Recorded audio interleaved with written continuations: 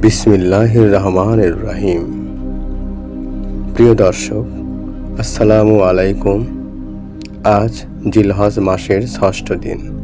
এই দিনটি কোরবানির ইতিহাসে খুবই তাৎপর্যপূর্ণ। আসুন আজ আমরা জানি এই দিনে কি ঘটেছিল এবং কেন এটি মুসলিম উম্মাহর কাছে অতি গুরুত্বপূর্ণ।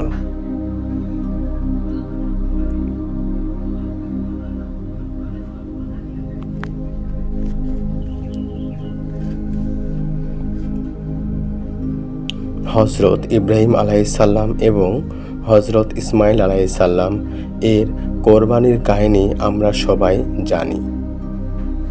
কিন্তু জানেন কি, আজকের দিনই অর্থাৎ জিলহজের ৬ষ্ঠ দিনে ইব্রাহিম আলাইহিসসালাম স্বপ্নে প্রথমবার নির্দেশ পেলেন তার প্রিয় পুত্র ইসমাইল আলাইহিসসালামকে আল্লাহর রাহে কুরবানি দেওয়ার জন্য।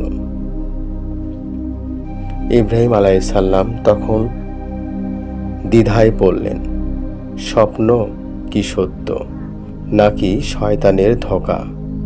এখন ভাবুন, এক পিতা যার সন্তান বহু প্রার্থনার পর জন্মেছে, কত আশায় ভালোবাসায় বড় করেছেন, আর সেই সন্তানকে কোরবানি দিতে হবে। ইব্রাহিম আলাইহিসসালাম সারা রাত আল্লাহর কাছে প্রার্থনা করতে থাকলেন এবং বললেন, হে আল্লাহ, যদি এটি তোমার পক্ষ থেকে হয় আমাকে সঠিক পথ দেখাও, যদি শয়তানের ধোঁকা হয় আমাকে রক্ষা করো।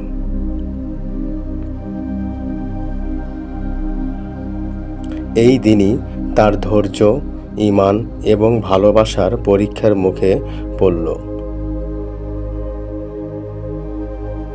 পরদিন সকালে ইব্রাহিম আলাইহিসসালাম ঠিক করলেন,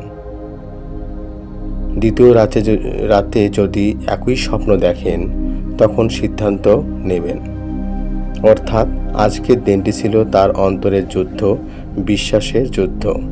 এভাবে জিলহজের ৬ষ্ঠ দিন আমাদের শেখায় আল্লাহর নির্দেশে বিনা প্রশ্নে আত্মসমর্পণ, নিজের ভালোবাসা ও ইচ্ছার উপরে আল্লাহর ইচ্ছাকে প্রাধান্য দেওয়া, ধৈর্য এবং সতর্কতা, কারণ শয়তানও মাঝে মধ্যে পথভ্রষ্ট করতে পারে। প্রিয় ভাই ও বোনেরা, এই জিলহজের দিনে আসুন আমরা নিজেদের ঈমান পরীক্ষা করি। নিজের মনের মধ্যে আল্লাহর ভালোবাসা কতটুকু? আমরা কি আল্লাহর জন্য নিজের ইচ্ছা, নিজের স্বপ্ন, নিজের ভালোবাসা ছাড়তে পারি? ইব্রাহিম আলাইহিসসালামের শিক্ষা হলো, যখন আল্লাহ ডাকেন তখন বিলম্ব নয়, সন্দেহ নয়, বরং বিনয় এবং ত্যাগের মন নিয়ে সাড়া দিতে হবে। আজকের দিনে আমাদের অন্তরে এই শিক্ষা জাগুক।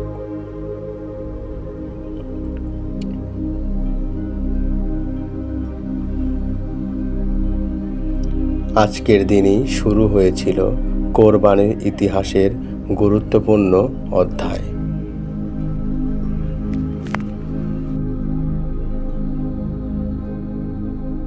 আসুন এই জিলহজ মাসে প্রতিটি দিন অর্থবহ করে তুলি, আত্মসমর্পণ আর ত্যাগের আলোয় নিজেদের আলোকিত করি। ভিডিওটি ভালো লাগলে লাইক, শেয়ার করুন এবং সাবস্ক্রাইব করুন শিরে নূর।